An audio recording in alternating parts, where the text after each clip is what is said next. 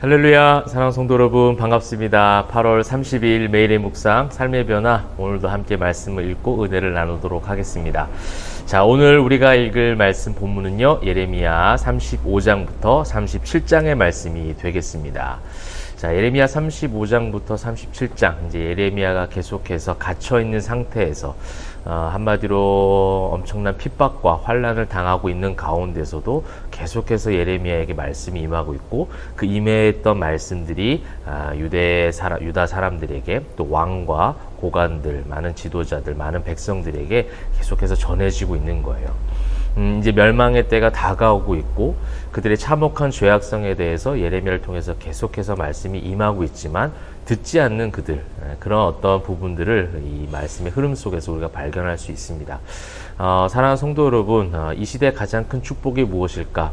저와 우리 포에마교회 성도들 함께 교회를 개척하고 1년의 시간을 지나오면서 고백하는 것은 무엇이냐면, 말씀을 통해 우리가 뽑혀져야 될 건 뽑혀졌고, 또 무너져야 될 것은 철저하게 무너지게 하셨고, 그런데 뽑혀지거나 무너지거나 하는 것으로 끝난 게 아니라 다시 새로운 것을 심어주셔서 엄청난 열매를 발견하게 하셨고, 또 무너진 것 같았지만, 그래서 무너지는 고통도 경험하고 그런 불안과 두려움도 때로는 있었지만, 그 모든 것들을 다시금 더 견고한 영적 성읍들을 하나님께서 세워주신 것을 우리가 많이 고백하고 나누는 가운데 있습니다.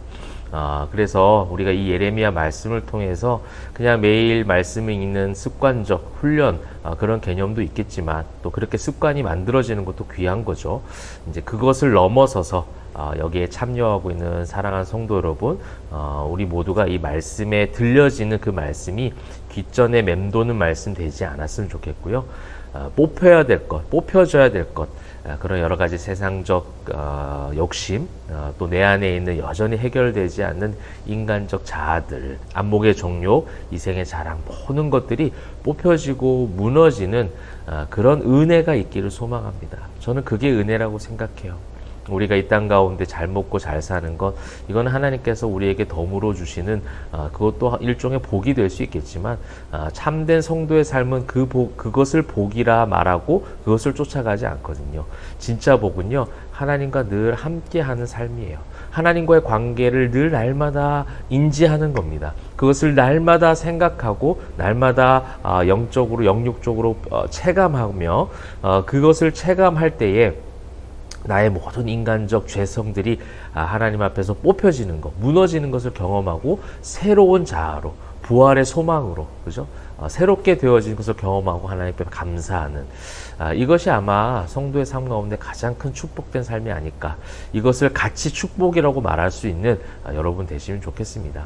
오늘 이제 35장에는요, 이제 레갑 족속들이 나와요. 레갑 사람들이 이제 2절에 나오고 있죠. 너는 레갑 사람들이 집에 가서 그들에게 말하고, 이 레갑 사람들은요, 이제 성경 앞쪽 역사를 보게 되면 모세의 장인 호밥이라는 사람이 나오죠. 그 모세의 장인, 그 모세 미디안 사람들, 그러니까 목축을 하는 사람들이죠. 이제 미디안 광야에 모세가 이제 도망을 갔을 때 만났던 그 가족들이 있지 않습니까? 그 족속도 이제 레갑 사람들인 거예요. 그러니까 한마디로 이 당시도 그렇고 역사적으로 레갑 사람들은 그냥 목축을 담당하고 있는, 어떻게 보면 조금 미천한 사람들, 우리 식으로 말하면 이 도시에서 그렇게 고급스러운 삶을 영위하는 사람들이 아니라 늘 거처가 없고 장막을 옮겨 다녀야 하는, 세상적으로 환경적으로는 조금 어렵게 사는 사람들이죠. 좀 부족하게 사는 사람들. 그래서 많은 사람들이 그 레갑 사람들을 봤을 때도 조금 천시하는 그런 부분들이 있는 그런 민족들이 바로 레갑 사람들입니다. 결국은 이 레갑 사람들은 나중에 예수님이 이 땅 가운데 탄생하셨을 때 가장 먼저 봤던 목자들로 이어지기도 하죠. 어떻게 보면 약간 구속사적 관점 가운데도 오늘 이것이 이어지고 있습니다.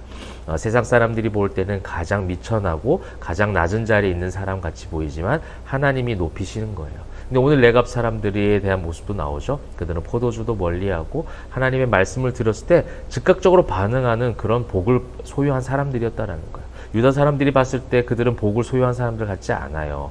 목축을 하고 있고 조금 천대받는 그런 직업을 가지고 있는 사람들, 아무것도 가지지 않아서 늘 거처로 옮겨야 되는 불안한 생활을 하는 사람들처럼 보였지만 바로 이들이 성도의 삶이다라는 거예요.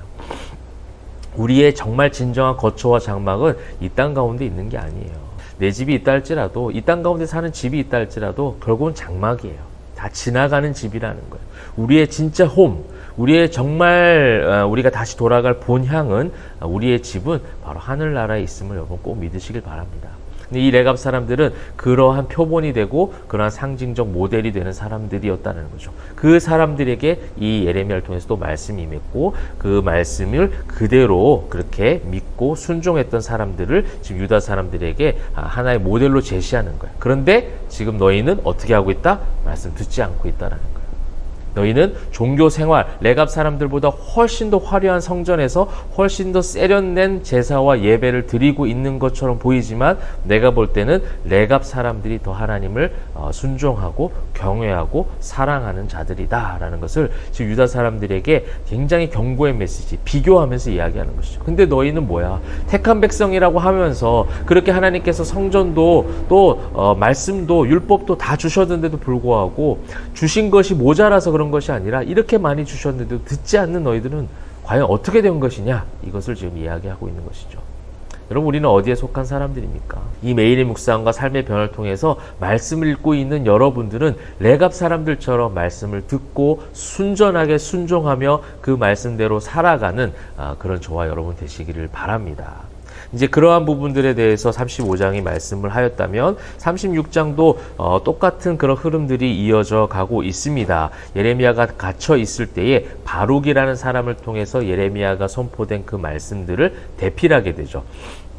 그 대필한 말씀들을 낭독합니다. 그런데 결국 또 아까 말씀드렸던 것처럼 말씀은 대필되어지고 적혀지고 낭독되어지고 충분하게 임하고 있지만 그들은 듣지 아니했다라는 거예요. 오히려 16절 보시면 그들이 그 모든 말씀을 듣고 놀라 서로 보며, 이 놀라 서로 보면 하나님의 위대한 말씀에 대한 그 말씀에 대한 놀라움이 아니라 그 말씀에 임한 심판과 경고의 메시지에 대해서 그것을 두려워하는, 그냥 세상을 두려워하는 거죠. 바벨론을 두려워하고 또 지금 옆에 있는 사람들의 눈치를 보고 그 다음에 상황적 두려움에 그냥 휩싸여 있는 거예요.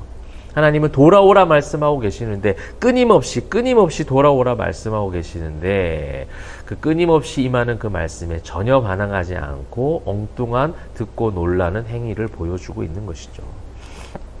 결국 여호야김 왕은요, 그 임한 말씀을 칼로 다 베어버리고 불에 태워서 버리고 듣지 않습니다. 이것이 이제 36장의 여호야김의 이야기고, 그 다음에 37장에는 시드기야 왕이 나오죠. 시드기야 왕은요, 지난번에도 말씀드렸듯이 계속해서 예레미야를 통해서 듣고 싶은 말이 있는 거예요.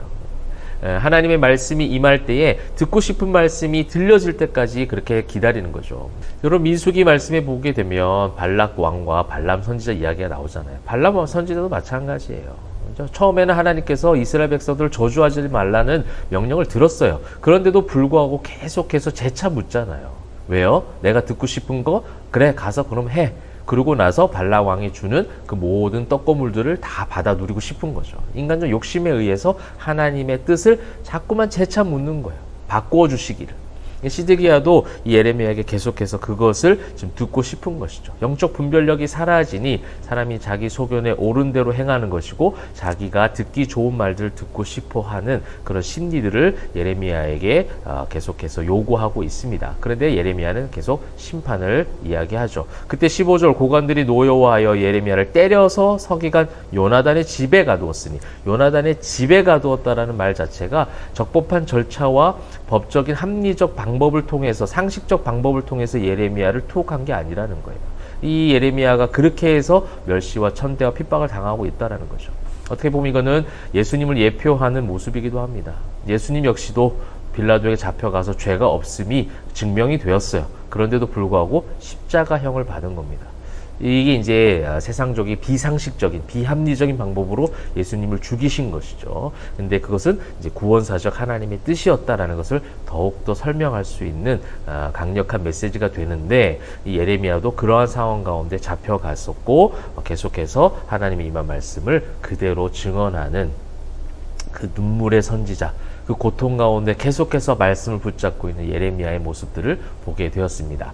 자, 말씀을 마무리하면서 이 35, 36, 37장에서 말씀에 대해서 임하고 있고 그 말씀을 듣지 않고 있는 그들에 대한 표현들이 1절에서 반복적으로 나오고 있는 것을 간접적으로 우리에게 보여주고 계세요. 35장 1절에 보시게 되면 유다의 요시야 왕의 아들 여호야김, 또 36장에 보시게 되면 유다의 요시야 왕의 아들 여호야김, 또 37장에 요시야의 아들 시드기야가, 요시야의 아들이라고 계속 표현하고 있어요. 유다의 왕 여호야김 왕 이렇게만 해도 되고, 유다의 왕 시드기야 왕 이렇게 해도 되는데, 유다의 요시야 왕의 아들. 여러분, 요시야는 여러분 잘 아시는 대로 말씀을 통해서 종교 개혁을 일으켰던 왕입니다.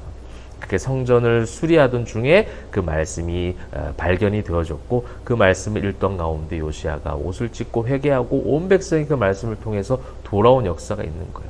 하나님께서 그렇게 돌아오기를 바라시는 숨겨진 마음들이 반복적으로 기록하는 기록을 통해서도 우리가 발견할 수 있는 것입니다. 사랑하는 성도 여러분, 하나님은 오늘도 우리에게 말씀을 주고 계시고, 그 말씀을 주시는 이유는 우리가 돌아오기를 원하는 거예요. 어떻게 돌아오기를 원하시는 겁니까? 말씀을 통해서 나의 인간적, 세상적 모든 자아들을 뽑아내고 또 무너뜨려서 하나님의 말씀에 자복하고 그렇게 통회하는 심령으로 돌아오기를 하나님은 기대하시는 마음으로 날마다 우리에게 말씀을 주세요. 또 그것이 가장 축복된 하나님과 우리의 회복된 관계의 증거이기도 합니다. 그러한 관계 속에서 오늘도 하나님의 뜻대로, 하나님의 말씀대로 살아가는 저와 여러분 되시길 바라고요. 그렇게 넉넉히 승리하는 우리 포에마교회 성도님들, 영상을 시청한 성도님들 되시기를 주님의 이름으로 축복합니다. 기도하겠습니다. 사랑과 은혜가 풍성하신 하나님, 날마다 주시는 말씀에 하나님께 감사와 찬송과 영광 올려드릴 때에 그 말씀을 듣고 온전히 행할 수 있는 온전한 행위도 허락하여 주시옵소서. 감사드리며 살아계신 예수 그리스도의 이름으로 기도합니다. 아멘.